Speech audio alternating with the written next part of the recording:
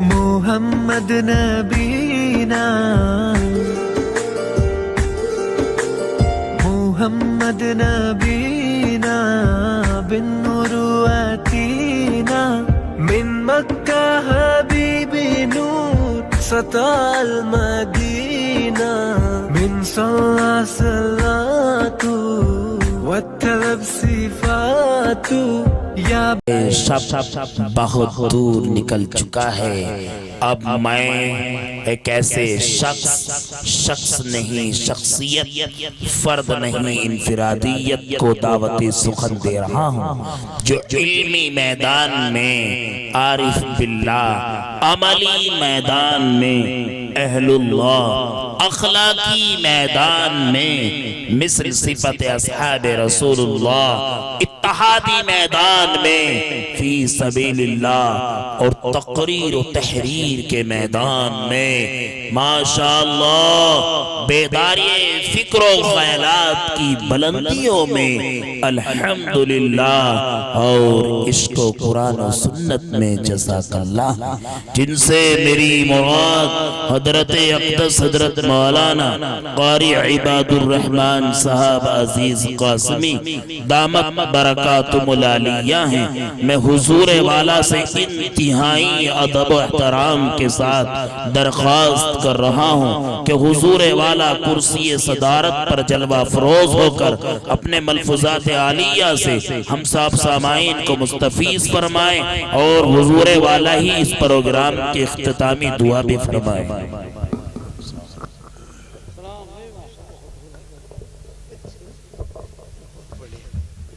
السلام علیکم ورحمۃ اللہ وبرکاتہ۔ الحمدللہ رب العالمین والعاقبۃ للمتقین والصلاة والسلام علی شمس الہدایۃ والیقین، اما بعد فاعوذ باللہ من الشیطان الرجیم، بسم اللہ الرحمن الرحیم۔ کنتم خیر امہ اخرجت للناس تأمرون بالمعروف وتنہون عن المنکر، صدق اللہ العظیم۔ میرے بھائیو، تقریر کا وقت نہیں ہے کیونکہ اب جلسے پہلے تو 2-3 بجے 2:30 بجے تک چلتے تھے، رات کا ماحول زیادہ نہیں رہا جلسوں کا، بھی تاخیر ہوئی، نیرانے میں جلسہ چل رہا تھا۔ حالانکہ میں دعا کے لیے بھی وہ کہہ رہے دعا کرا کے جانا، میں جلدی سے ایسے چھوڑ کے چلا آیا، اور یہ قوال میں پچھلے سال بھی تاخیر ہوئی اور آج بھی تاخیر ہے۔ حالانکہ مجھے صبح کو آنا تھا، لیکن میں نے شاہ محمود صاحب اور قاری سلمان صاحب کی صبح کو مراد آباد کا سفر ہے۔ یہ قوال ہمارے بڑوں کی پرانی جگہ ہے، میں تو یہاں بیچ میں بھی آتا جاتا رہتا ہوں۔ پچھلے دنوں کلام پاک پورے ہوئے بچوں کے، اس میں بھی میں حاضر ہوا، کافی دیر موجود رہا، اور یہ ہمارے شاہ محمود صاحب بڑی محبت رکھتے ہیں بیچارے، پرسوں مدرسے میں گئے، پھر ایک عالم دین کو یہاں لے کے آئے سہارنپور والوں کو۔ بہرحال یہ آپ کے مدرسے کا سالانہ جلسہ چل رہا ہے، جس میں ابھی عزیزم مفتی زبیر عالم سلمہ جو نہلی کے رہنے والے ہیں، کیلی مدرسے میں انہوں نے پڑھا ہے، جن کا بھی بیان چل رہا تھا، اور ابھی جو یہاں پر اشعار پڑھ رہے تھے قاری عبدالسلام صاحب، یہ بھی کچھ دن کیلی مدرسے میں پڑھے ہیں۔ اللہ تعالیٰ ان حضرات کے آنے کو، پڑھنے پڑھانے کو بہت قبول فرمائے۔ اور ہمارے قاری شیر محمد صاحب بیٹھے ہیں، رچھوتی کے رہنے والے ہیں، ضلع میرٹھ کٹھور کے پاس، بجھڑے میں ادارے کے محتمم ہیں، اور جلسوں کے علمسر ہیں، بہت ماہر ہیں ماشاءاللہ، دور و دراز تک، بلند شہر، سکندر آباد، بڑی دور تک بیچارے جلسوں کی نظامت فرماتے ہیں۔ آج مجھے خوشی ہوئی کہ ہمارے اس علاقے میں قوال میں یہاں کس طرح سے پہنچ گئے، کس نے ان کا تعارف یہاں پر کرایا، کیسے پہنچے، میں خود دیکھ کر انہیں حیرت میں پڑ گیا۔ بہرحال اللہ ان کی آمد کو بھی قبول فرمائے۔ میرے بھائیو، اس وقت یہ دعا کا وقت ہے، قبولیت کا وقت ہے۔ حدیث میں آیا ہے الدعاء مخل عبادت، دعا عبادت کا مغز ہے۔ غور سے سن لو، بس بات کو پوری کر رہا ہوں۔ دعا عبادت کا مغز ہے، اور دعا کے اللہ نے 3 درجے رکھے ہیں۔ جس مقصد کے لیے انسان دعا کر رہا ہے، یا تو اللہ تبارک و تعالی اس میں کامیابی و کامرانی عطا فرمائیں گے، ورنہ ہمارے اوپر کوئی آفت، کوئی مصیبت، کوئی پریشانی ایسی آنے والی تھی، اللہ اس دعا کے طفیل اس کو ہٹا لیں گے۔ یہ بھی نہ ہو تو آخرت میں اس کا اتنا بڑا اجر ملے گا، اتنا بڑا اجر ملے گا، انسان کہے گا کاش اللہ ہماری دعا دنیا میں قبول نہ ہوتی، ہم آخرت کے اس کا اجر مل جاتا۔ تو بہرحال دعاؤں کا اہتمام کرنا چاہیے، ایک دوسرے سے بھی دعا کی درخواست کرنی چاہیے، اور خود بھی دعاؤں کا اہتمام کرنا چاہیے، اور اپنے زبان سے کلمات خیر ہی نکالنے چاہیے۔ آج انسان کسی کو گالی دے دیتا ہے، کسی کو کچھ بھی کہہ دیتا ہے، ان چیزوں سے بچنے کی بہت سخت ضرورت ہے۔ میں نے قرآن کریم کی آیت پڑھی ہے، جس میں اللہ تبارک و تعالی نے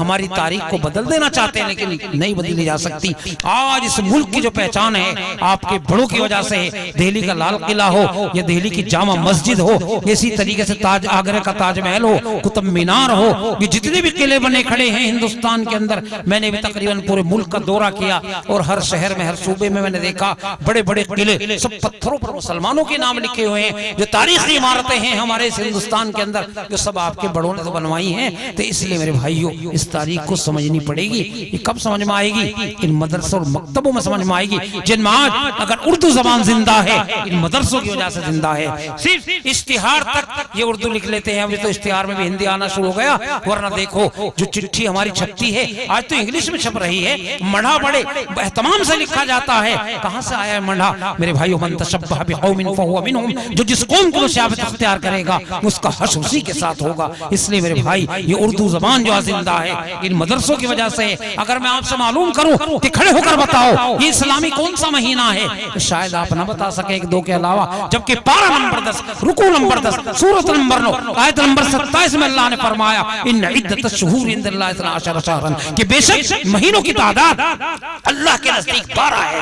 یہ اسلامی سال کا میرے بھائیوں 8واں مہینہ ہے، آنے والا 9واں مہینہ ہے۔ یہ تمام چیزیں ہمیں یاد رکھنی پڑیں گی، یاد رکھنی چاہیے۔ ایک شخص کا بچہ لندن میں ایک بہت بڑی یونیورسٹی ہے وہاں پر تعلیم حاصل کرتا تھا، 12 سال میں فارغ ہو کر آ رہا تھا۔ اتفاق یہ کہ رمضان کا مہینہ تھا، وہ بچہ وہاں سے فارغ ہو کر چلا۔ ان کے والد محترم نے اپنے دوست کے پاس دہلی میں خط لکھا کہ میرا بچہ رمضان میں آ رہا ہے، آپ ایئرپورٹ پر پہنچے بچے کو وہاں سے لے لیں، اور کیونکہ میرا بچہ رمضان کا مہینہ ہے 12 سال میں وہاں سے فارغ ہو کر آ رہا ہے لندن کی یونیورسٹی سے، میں نہیں آ سکتا کیونکہ رمضان کا مہینہ ہے۔ جا کر کے دیکھا، غور سے سننے کی بات ہے، وہ بچہ دن کی حالت میں کھانا کھا رہا ہے۔ انہوں نے کہا لا حول ولا قوت الا باللہ، آپ نے 12 سال میں کیا تعلیم حاصل کی کہ آپ رمضان کے مہینے میں دن کی حالت میں کھانا کھا رہے ہیں؟ یہ تو رمضان کا مہینہ ہے۔ اس نے کہا رمضان کیا ہوتا ہے؟ کہ اسلامی سال کا 9واں مہینہ ہے۔ اس نے کہا کون سا مہینہ ہے؟ جنوری فروری مارچ اپریل مئی جون جولائی سارے گن دیے کہ رمضان تو کہیں بھی نہیں آیا۔ تو اس لیے میرے بھائیوں یہ تمام چیزیں ان مکتب اور مدرسوں میں آئیں گی کہ جنازے کی نماز کیا ہے، نماز روزہ کیا ہے، زکوٰۃ کیا ہے، حج کیا ہے، صدقہ کیا ہے، فطرہ کیا ہے، فدیہ کیا ہے، عقیقہ کیا ہے، یہ تمام چیزیں تو علماء کے پاس بیٹھ کر ہی آئیں گی۔ آج مسلمان دین سے بہت دور ہوتا چلا جا رہا ہے، پھر یوں کہتا ہے ایسے آفتیں آ رہی ہیں، یہ مصیبتیں آ رہی ہیں، یہ بیماریاں، یہ بلائیں آسمانی ہیں۔ یقیناً یہ ہماری بدعمالیوں کا نتیجہ ہے۔ اس لیے میرے بھائیوں آج اس جلسے صاحب سبق لیجیے، میں پچھلے دنوں یہاں پر آیا، کئی بچے ماشاءاللہ حافظ کلام پاک ہوئے مدرسہ الیاسیہ کے اندر، انہوں نے محنت کی، ان حضرات نے، قاری شاہ محمود صاحب، قاری سلمان صاحب، ان دونوں حضرات نے مل کر بڑی محنتیں کی ہیں۔ آپ حضرات نے بھی ان کا بہت ساتھ دیا ہے، مدرسہ آپ کا ترقی کر رہا ہے، آپ لوگ ان کا خیال کیجئے، ان کی حوصلہ افزائی کیجئے، جو بھی کچھ ہو سکے ہمیں مدرسوں کا تعاون کرتے رہنا چاہیے، بہت ضروری ہے میرے بھائیوں۔ یہ دین کی جڑ ہیں مدرسے، اگر یہ مدرسے نہ رہے، اگر ہمارا مدرسہ زندہ نہ رہا تو میرے بھائیوں ہم کہاں زندہ رہ سکتے ہیں؟ یہ مدرسے جہاں پر قال اللہ اور قال الرسول کی صداؤں کو بلند کیا جاتا ہے، اللہ کا کلام پڑھایا جاتا ہے، اس لیے میرے بھائیوں اپنے مدرسے کا خیال رکھو، کچھ صبح میں چندہ دے دینا، کچھ اب دے دینا، جیسا بھی ہو سکے، جہاں بھی جیسی ضرورت پڑے تھوڑا تھوڑا آپ لوگ دو گے تو انشاءاللہ بہت کچھ ہو جائے گا۔ یہ مدرسہ آپ کا بہت ترقی کرے گا۔ یہ قصبہ کوال ہمارے بزرگوں کی جگہ ہے، بڑے بڑے حکیم، بڑے بڑے ڈاکٹر، بڑے بڑے علماء اس کے اندر پیدا ہوئے، حضرت مولانا زرغام الدین صاحب اور کئی عالم لوگ یہاں پر پیدا ہوئے، بڑے بڑے علماء، اور اس قصبہ کوال کا نام تو دور تک ہے، پورے ملک میں ہے۔ اس لیے میرے بھائی اس کی حقیقت کو، تاریخ کو آپ لوگ سمجھنے کی کوشش کرو۔ ہمارے بڑوں کا بھی اس سے تعلق رہا۔ اللہ تعالیٰ جو کچھ کہا کہنے سننے زیادہ عمل میں لانے کی توفیق عنایت فرمائے۔ میں بھی گھنٹوں نیرانہ میں تقریر کر کے آیا ہوں اور برابر جلسوں کا سلسلہ یہ جاری ہے۔ بس میں اپنے قاری صاحب کو مبارکباد دیتا ہوں، اللہ تعالیٰ ان کی محنت کو قبول فرمائے۔ مسجد بھی بنا دی ہے بہت شاندار، درسگاہ بھی بن گئی ہیں، اوپر بھی کمرے بن گئے ہیں، چھت کا کام باقی ہے، اس میں آپ سیمنٹ سے، سریے سے، جو بھی کچھ ہو سکے زیادہ سے زیادہ اس میں کوشش کرنا۔ تو بھائی چندہ تو سب ہو گیا ہے، رومال کا بھی چندہ ہو چکا ہے، ویسا بھی ہو چکا ہے۔ اب ایک دو آدمی کھڑا ہو گئے تو بتاؤ کہ اس چھت کے اندر سیمنٹ کے کیا کٹے دے سکتے ہو آپ؟ 5 کٹوں سے میرا اعلان ہے، بس ایک دم دعا ہو رہی کہ مجھے بھی جانا